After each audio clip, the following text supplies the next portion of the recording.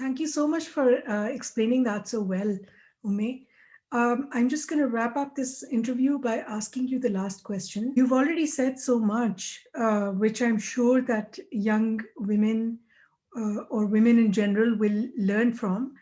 But is there anything else that you would like to say to women or girls who are still studying, who would maybe want to become entrepreneurs? Would you like to say something to them to help them out? Sure, absolutely. And thank you. I'm humbled that anybody would be considering my views on this, but based on what my experience has been,